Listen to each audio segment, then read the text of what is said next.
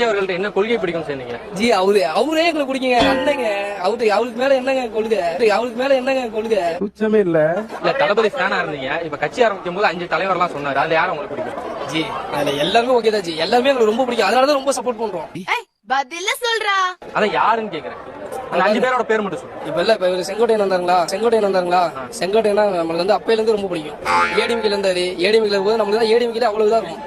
அவ்வளவு தூரம் ஏடிஎம்கேல அவர் எத்தனை வருஷமா இருக்காப்புல. என்னென்ன சொல்றா பாருங்க, கம்பி கட்டுற கதையெல்லாம் எடுத்து போடுறாங்க. இப்ப அண்ணன் வராப்புல, அண்ணன் நம்மளுக்கு புதுசா ஏதோ ஒண்ணு பண்ணுவாப்புல.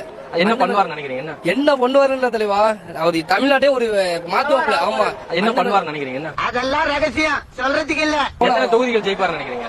அவர் நிக்கிற தொகுதி எல்லாமே ஜெயிப்பார் தலைவா. இப்ப ஆட்சி அமைக்கணும் ஒரு குறிப்பிட்ட அளவு தொகுதி வேணும் நமக்கு. எத்தனை தொகுதிகள்? அப்படியே கணக்குல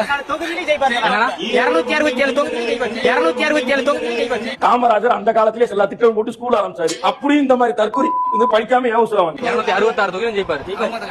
சர்க்கார் படத்துல சொல்லுவா தெரியுங்களா? அதே மாதிரி சர்க்கார் படத்துல சொல்லுவா தெரியுங்களா? அதே மாதிரி இப்ப சர்க்கார் படத்துல வந்து ஜெயிப்பாரு, ஜெயிச்சுட்டு ஒரு கலெக்டர் வந்து முதலமைச்சர் ஆகிடுவார். அந்த மாதிரி ஆகிட்டு என்ன பண்ணுவீங்க? என்ன தலைவா அது எப்படி தலைவா? யா தலைவா அப்படிலாம் எதுவும் தலைவர் தானே சொல்றாரு. அத அப்படிலாம் கிடையாது தலைவா. என் தலைவர் என்னைக்கு தலைவர் தலைவர்கள் பேர் மட்டும் சொல்லிட்டு போலாம்ல.